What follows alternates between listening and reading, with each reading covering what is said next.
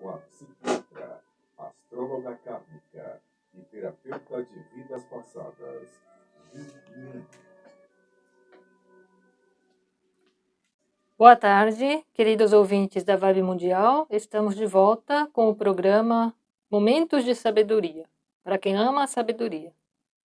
Meu nome é Ri, sou terapeuta de vidas passadas, astróloga kármica e psiquiatra.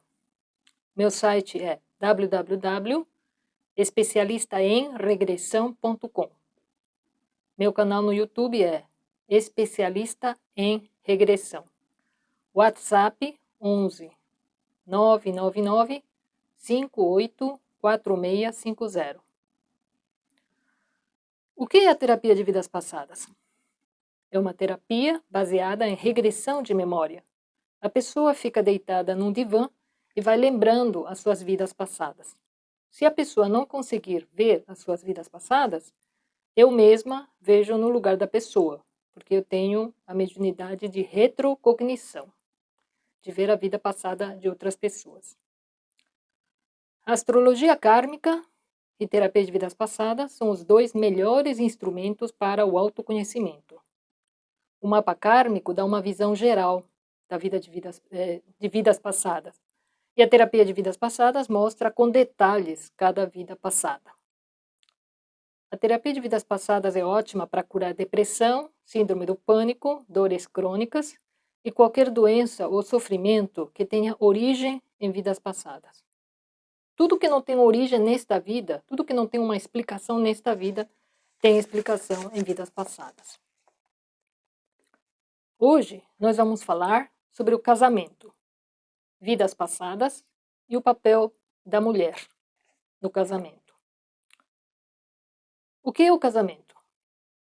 O casamento é um curso na escola da vida que tem por finalidade aprender a amar e ser fiel ao próximo e melhorarmos como seres humanos. Nem todos os seres humanos são obrigados a casar, mas devem casar obrigatoriamente, primeiro, quem tem karma para casar, ou seja, a pessoa precisa concluir com sucesso um casamento que fracassou em vidas passadas. Ou, em segundo lugar, o indivíduo ainda não aprendeu a amar e ser fiel, né? Então o indivíduo é um traíra, tem que casar para aprender a ser fiel. Quando fazemos regressão a vidas passadas, a gente descobre que a grande maioria dos casamentos são kármicos. Marido e mulher foram inimigos de vidas passadas, ou fracassaram no seu compromisso matrimonial. Em vidas passadas, um traiu o outro, ou um abandonou o outro, ou um matou o outro. Quando o casamento é feliz, o que é uma raridade aqui na Terra, é porque o casal já está junto há muitas reencarnações e já aprenderam a amar um ao outro. Ou então, um foi mãe ou pai do outro em vidas passadas. Existe um ministro evangélico chamado Myles Munroe, norte-americano, que diz o seguinte: amar não é gostar. Amar é uma decisão de suprir as necessidades do outro sem esperar nada em troca. Então, amar é sacrifício, não é uma coisa boa, né? É um sacrifício. Você tem que abrir mão de tudo que é teu para, né? Para servir o outro, para ajudar o outro. Amar é isso. A paixão é uma coisa completamente diferente. A paixão é um processo obsessivo, onde existe um obsessor que coloca na mente da pessoa que ela encontrou a pessoa certa. O obsessor faz com que a pessoa se apaixone para fazer a pessoa sofrer e para destruí-lo. Imagine um pai de família que se apaixona por uma moça e abandona a esposa e filhos. Isso pode vir de Deus? Isso é a vontade de Deus? É óbvio que não, né? A mulher tem que viver para encorajar, ajudar e auxiliar seu marido. E o marido tem que sustentar e proteger a esposa. Semelhante atrai semelhante. Por isso, jamais um indivíduo que é santo irá casar com uma pecadora. Nem um indivíduo sábio irá casar com uma tola. Por isso que o casamento funciona como um espelho. Geralmente, um é o espelho dos defeitos do outro. E ao olhar o cônjuge, muitas pessoas acabam se enxergando e corrigindo os seus próprios defeitos. Então é um instrumento que Deus usa para melhorar o ser humano, né? Ninguém muda ninguém, mas quando um dos cônjuges muda, o outro muda automaticamente, porque o casal funciona como se fosse um só corpo. A Bíblia diz, em Provérbios 14:1, a mulher sábia edifica a sua casa, e a tola derruba com as próprias mãos. Por que Deus está colocando a responsabilidade do casamento nas mãos da mulher? Será que Deus é injusto? Ele é machista? Não. Deus é espírito, e espírito não tem sexo. O nosso espírito, que é feito à imagem e semelhança de Deus, também não tem sexo. Ora nascemos homem, ora nascemos mulher. Quando precisamos aprender a coragem, a força, a determinação, a liderança, a iniciativa, nascemos como homem. Quando precisamos aprender o amor, a espiritualidade, a humildade, a paciência e serviço ao próximo, nascemos como mulher. Todos vamos reencarnar, 50% das vezes como homem e 50% das vezes como mulher. Ninguém escapa. Voltando ao provérbio 14:1. Deus colocou a mulher como responsável pelo casamento, porque dentro de um casamento, em 99% das vezes, a mulher é o espírito mais velho do casal. Em 99% das vezes, a mulher já foi homem em vidas passadas. Quando uma mãe sai para o trabalho, ela não diz assim para a filha mais velha: filha, cuida, esquenta comida para seu irmão mais novo, tá? Não deixa ele sair na rua, tá bom? Eu já volto. É isso que Deus faz. Deus faz um monte de filhos e chama os mais velhos para cuidar do mais novo, né? Bonzinho ele. A esposa geralmente é a alma mais velha e, portanto, tem mais sabedoria e responsabilidade pelo sucesso do casamento. A mulher sábia edifica a sua casa e a tola a derruba. Traduzindo, o que destrói o casamento não é falta de amor, mas é a falta de sabedoria por parte da mulher. Mas o que é a tal da sabedoria?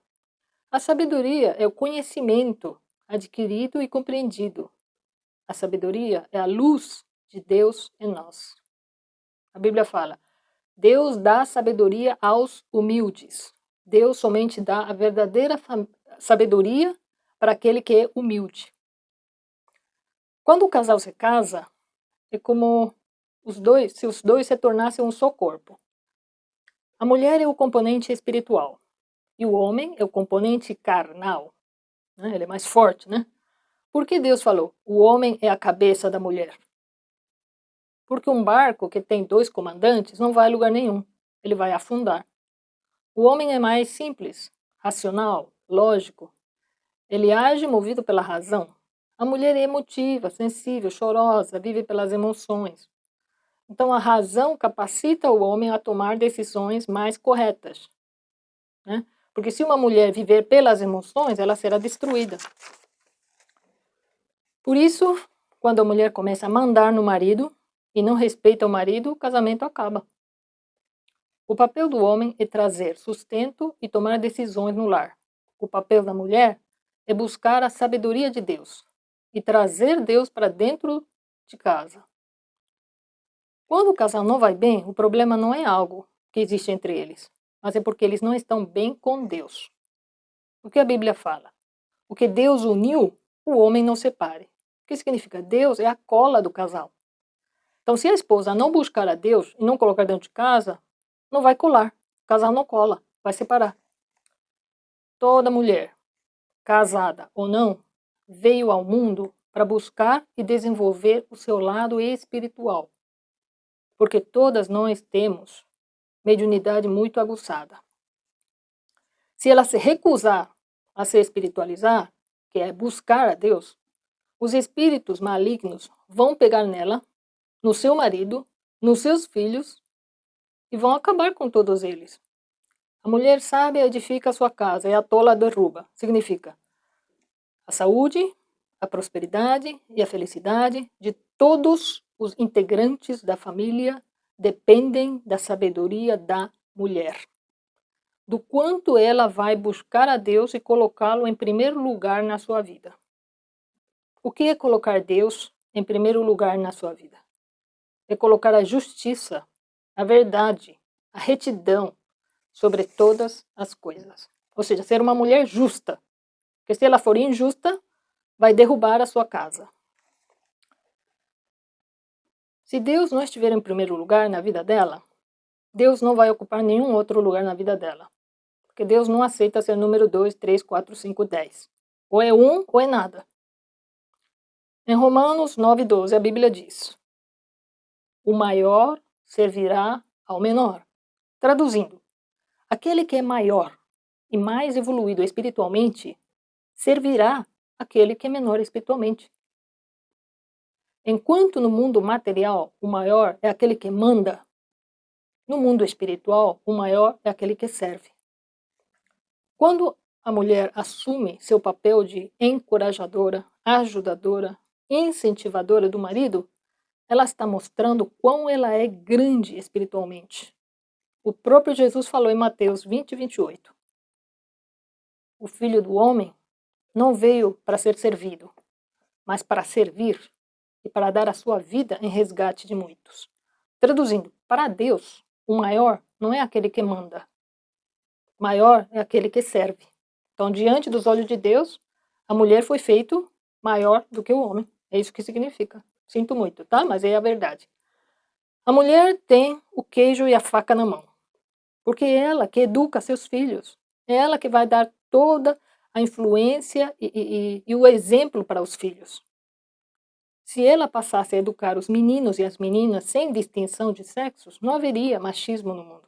Então, essa distinção que existe é por causa das próprias mulheres. Aqui na Terra, muitas vezes, a mulher está colhendo o que plantou em vidas passadas. E homens estão plantando o que vão colher lá na frente. Ou seja, quando a mulher sofre uma discriminação hoje, é porque em vidas passadas ela foi homem e discriminou ou maltratou as mulheres lá atrás. Né? Então, uns estão plantando e outros estão colhendo. Né? A Bíblia diz, em 1 de Coríntios 7:34, a diferença entre a mulher casada e a virgem. A solteira cuida das coisas do Senhor, para ser santa, porém a casada cuida das coisas do mundo, em como há de agradar o marido. Traduzindo, a mulher veio para servir ao mundo, porque ela já tem maturidade espiritual. A mulher veio ao mundo para ajudar, não para ser ajudada. Se ela é solteira, deve servir a Deus, ou seja, fazer a vontade de Deus para a sua vida. E se ela é casada, deve servir o marido, né? E agradar o seu marido. Então, se a pessoa não quer servir ninguém, então não casa, né? Casou porque quis, depois não chora, né? A mulher sabe edifica a sua casa. Significa que quando a família é abençoada, é graças à esposa. Se a família não é abençoada, é a culpa da esposa. Porque todo o poder espiritual do casal está nas mãos da mulher. Do quanto ela vai buscar a Deus e colocá-lo em primeiro lugar. Tudo depende dela. A mulher não tem que fazer tudo, ela não precisa sustentar o marido e os filhos. Homem nenhum quer ser sustentado pela mulher.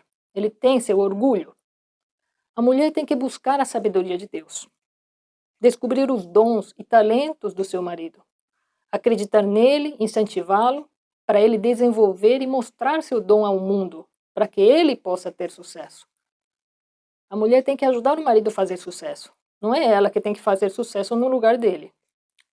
Eu acho que o casamento só dá certo se a mulher amar seu marido tanto quanto ela ama seus filhos. Bom, todo ser humano precisa ser fiel ao seu cônjuge, por uma questão de inteligência. Primeiro, se você trair hoje, lá na frente, com certeza você vai ser traído. Ou nesta vida ou numa outra vida. Se você trair seu cônjuge hoje, na próxima reencarnação você poderá reencarnar numa família destruída. É o que eu vejo muito na terapia de vidas passadas. Pessoas que abandonaram seu cônjuge, depois reencarnam numa família destruída, né? Porque plantou, tem que colher, né? Segundo, o casamento é uma promessa de fidelidade para com Deus. Se você quebrar a sua aliança com Deus, você perderá o direito de ser abençoado. O nosso relacionamento com Deus é uma via de mão dupla. Se você faz o que Deus manda, então Ele fará o que você pedir para Ele. Na Bíblia diz, não adulterarás. Se você adultera, você não poderá ser abençoado por Deus. Né? Nem que faça 10 faculdades, trabalhe 24 horas por dia, você não vai ser abençoada se você adulterar. Né? Todas as coisas estão interligadas. Né? Só quem conhece a Deus e é fiel a Deus pode ser fiel ao cônjuge. Quem não é fiel a Deus nunca poderá ser fiel ao cônjuge. Não existe ninguém bom na terra. Só é bom quem faz a vontade de Deus, né? Ah, meu marido é isto, meu marido faz aquilo, ele bebe, ele é isto, ele é aquilo. Bom, a Bíblia diz em 1 Coríntios capítulo 7, porque o marido descrente é santificado pela mulher, e a mulher descrente é santificada pelo marido. Traduzindo, se você se tornar santa, ou seja, separada do pecado, seu marido automaticamente vai virar santo. Então, não pode reclamar. Seu marido é reflexo de você, né? Eu vou contar uma história, né, de uma paciente que fez regressão a vidas passadas. Ela era casada com o mesmo homem pela terceira vez, ou seja, estava na terceira reencarnação casada com o mesmo homem. Na primeira reencarnação, ela traiu seu marido, engravidou do amante. Aí a sua sogra descobriu e a expulsou de casa. Na segunda reencarnação, ela era casada com esse mesmo marido. Desta vez foi ele que traiu ela. Quando ela descobriu a traição, colocou veneno na comida dele e o matou. Na vida atual, o seu marido brigava muito com ela, acusando-a de traição continuamente. Quando uma pessoa foi traída pela mulher em vidas passadas, essa lembrança, né, de vidas passadas pode fazer com que o indivíduo acuse a esposa continuamente de traição. Né? Essa lembrança de vida passada pode fazer a pessoa acusar a outra de traição. A sogra dela começou a atrapalhar o casamento e os dois novamente se separaram. Ou seja, eles vão voltar novamente na próxima reencarnação para poderem se reconciliar. Né? Quando a pessoa separa, tem que voltar junto. Separa, volta, separa, volta, separa, volta. Né? É que nem repetente da escola. Só quando perdoamos e nos reconciliamos, né, com o outro, ficamos livres dos casamentos kármicos. Né?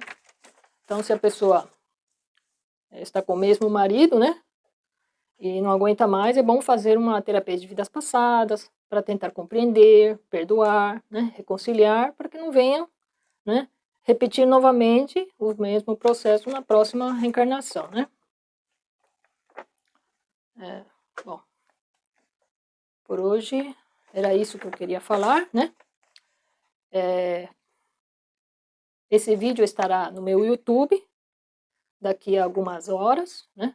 O meu canal do YouTube é Especialista em Regressão. O meu canal do YouTube é Especialista em Regressão.